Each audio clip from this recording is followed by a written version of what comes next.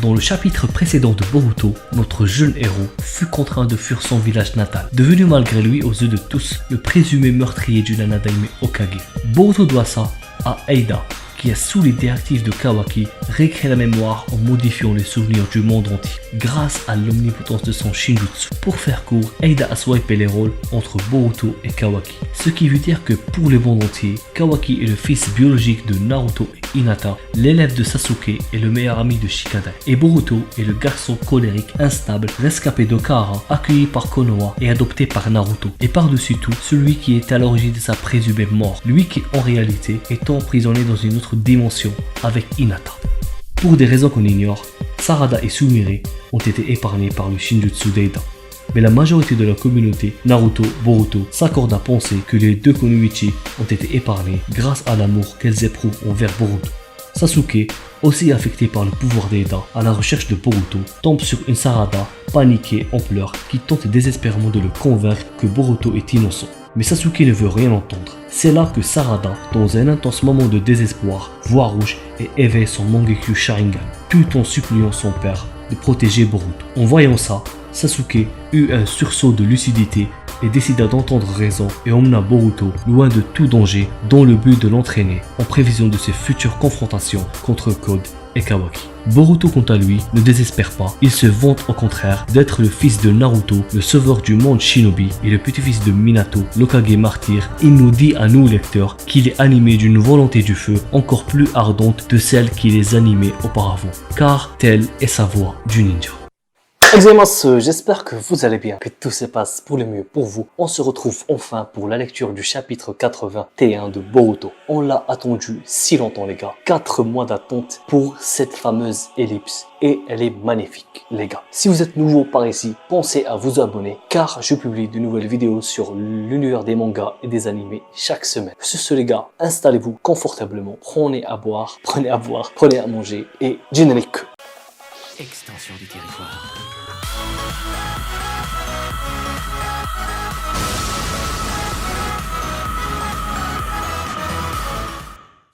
Dans ce chapitre 81, on découvre une Sarada adulte avec un nouvel outfit vraiment stylé. C'est vrai qu'elle porte un short un peu trop court, mais elle a une belle taille, donc c'est normal. Les cheveux courts aussi. Dans Sarada, il y a tout qui est court, mais ça lui va trop bien les gars. Surtout avec les espèces de boucles d'oreilles Uchiha stylées, pour dire qu'elle se vante d'être une Uchiwa. C'est le dernier Uchiwa, avec Sasuke bien sûr, mais c'est le dernier Uchiwa. Donc on voit le nouvel outfit de Sarada, une Sarada sérieuse, voilà, qui vient vers le bureau de l'Hokage.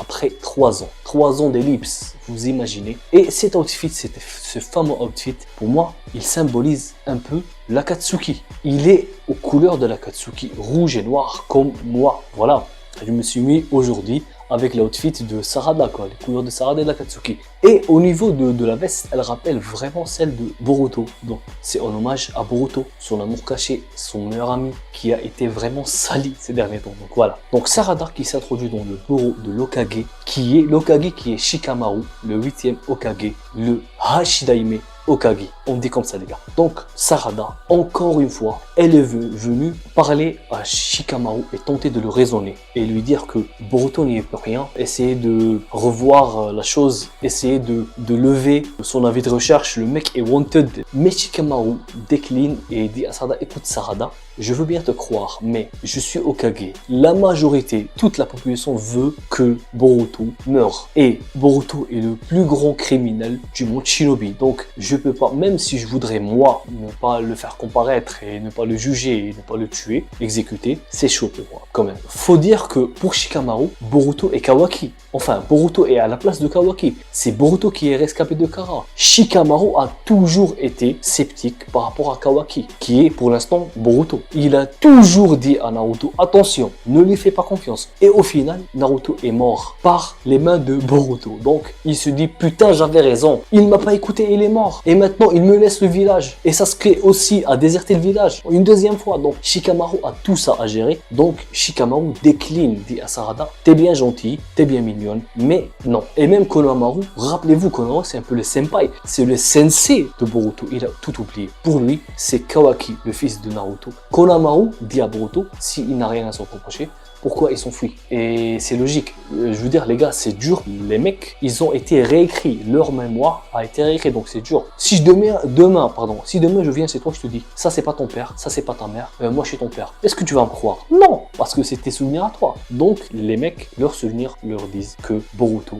est un renégat et il a tué Boruto.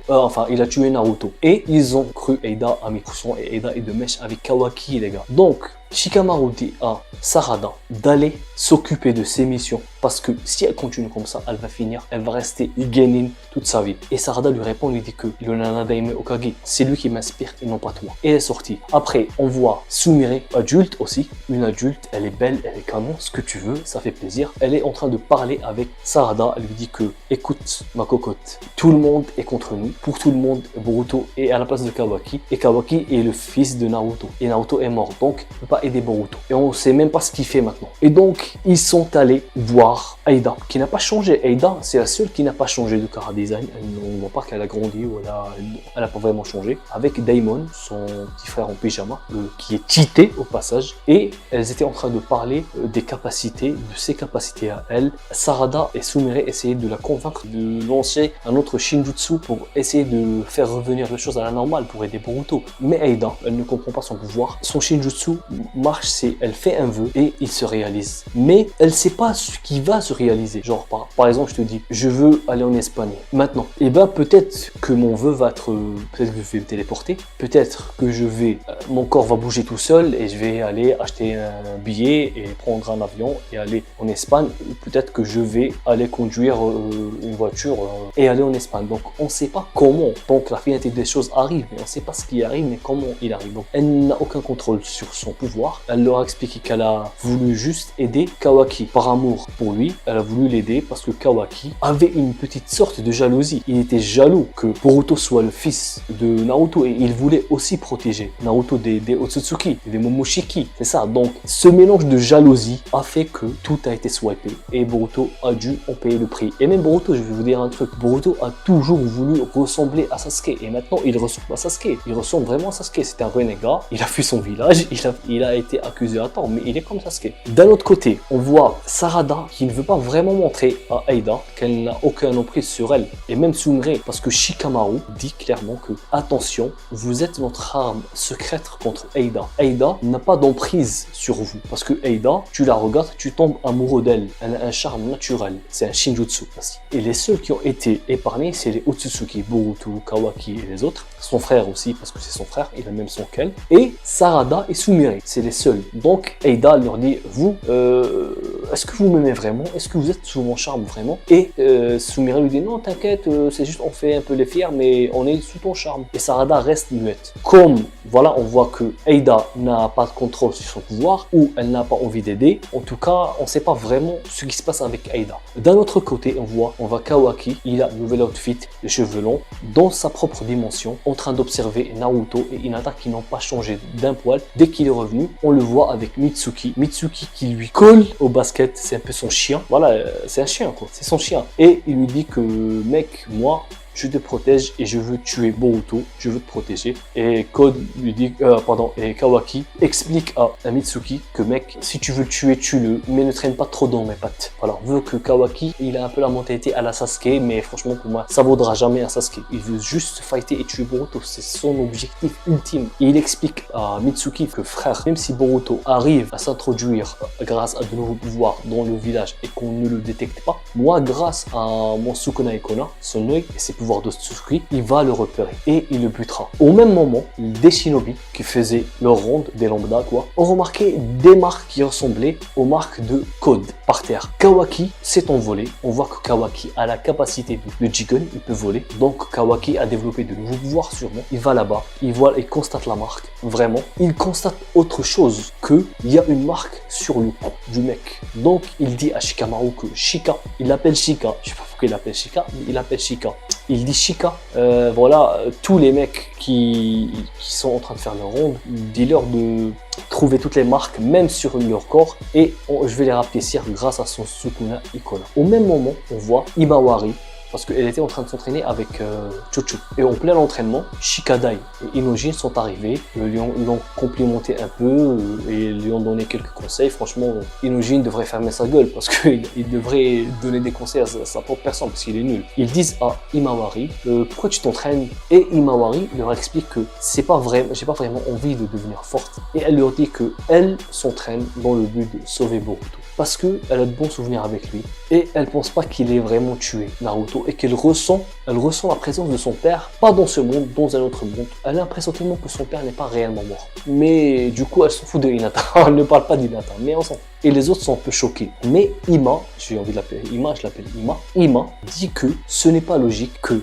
Boruto m'ait protégé, moi et mon père. Il a sacrifié un bras et il nous a protégés de la mort. Et maintenant, il tue mon père. Et moi, j'aime Boruto. Faut pas oublier qu'elle est en train de parler de Boruto comme si c'était Kawaki, l'ancien Kawaki, qu'il avait protégé contre Delta. Donc, Himawari, elle veut protéger Boruto. Et c'est quelque chose de positif. Donc, Boruto ne va pas avoir le cœur déchiré en voyant sa sœur le détester et vouloir le tuer. C'est déjà un point positif pour Boruto. De l'autre côté, ces marques bizarres de code, de ces marques-là, ont commencé à sortir des mecs qui ont les marques et ont commencé à tabasser du monde, à faire du sale. Kawaki est venu, il a sauvé une dame, il a punché fragment de Jubi et était en train de chercher Code. Sarada aussi, avec un high kick de malade, enfin elle a shooté dans le fragment de Jubi et de ce fragment est sorti deux autres, parce que les fragments ils ont des marques et de la marque est sorti deux autres fragments de Jubi. Et de ces fragments est sorti Code. On voit que Code a une cicatrice à l'œil qu'il n'avait pas auparavant, mais on ne sait pas comment il se l'est faite. Peut-être parce qu'il nous explique lui qu'il est venu là dans le but de chercher Boruto. Sarada lui dit que mec, il n'y a pas de Boruto ici. Ça fait 3 ans qu'il n'est plus dans le village, donc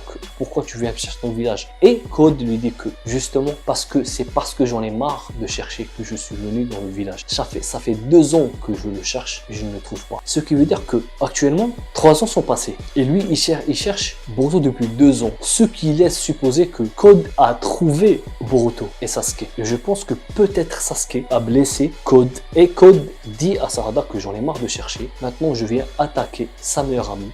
Pour qu'ils viennent te chercher parce que j'en ai marre de chercher. Et au même moment, Boruto pop sur le visage de Code il lui a fait du sale. Franchement les gars, j'ai rarement vu quelqu'un humilier quelqu'un d'autre de cette manière-là. On voit Boruto avec du flow, avec le même outfit, enfin plus ou moins que Sasuke, avec un katana et tout. Il pop sur le visage de Code, un irrespect de malade mental. Et il dit à Code que c'est normal que les meufs te calculent pas vu que tu leur parles comme ça. Voilà, il est malade Boruto. Mais il a un flow de malade, un œil fermé. On sait pas si il a un œil crevé ou pas, on le sait pas encore. Il a un katana, un outfit de malade mental. Voilà, il a le visage fermé. On voit la différence entraînement avec Jiraiya, entraînement avec Sasuke. Tu t'entraînes avec Jiraiya, tu rentres au village, tu veux pécho Sakura, tu veux manger des ramen, tu ramènes un roman un peu douteux à Kakashi, voilà, voilà, t'attends de juger Shikamaru et Temari sur leur relation. Mais le mec est venu, visage fermé, il a marché, le premier truc sur lequel il a marché dans Konoha, c'est Code. Et on voit Boruto vraiment vénère. Pas vénère, mais visage fermé. Il a un flow de malade. Même Sarada est choqué de le voir. Il fait comme ça, genre, wow, Boruto est là. Et lui n'adresse aucun mot à Sarada ni à Code à part sa punchline. Donc, comment il a spawn? On sait pas. Comment il s'est téléporté? On sait pas. Parce que on nous montre directement que Boruto sur le visage de Code a-t-il développé une technique spatio-temporelle, une technique de téléportation? On ne le sait pas. Mais sûr et certain que Boruto a développé pas mal de nouvelles capacités. Kawaki a directement détecté Boruto. On voit un très très beau visuel sur les 3, Code, Kawaki et Boruto, qui vont se taper. Le chapitre s'est fini sur cette scène-là. Et c'était un chapitre de malade mental. Pour finir, j'ai envie de dire que Sasuke n'est pas présent. Il y a beaucoup de gens qui disent que Sasuke est mort. Moi, je ne pense pas. Peut-être qu'il a un truc à faire, je ne sais pas. Mais peut-être que c'est lui qui a téléporté un Boruto. Peut-être qu'il va popper dans le prochain chapitre, on ne sait pas. Sur ce les gars, j'espère que ça vous a plu. Laissez-moi le pouce bleu pour faire plaisir. Abonnez-vous. Matin.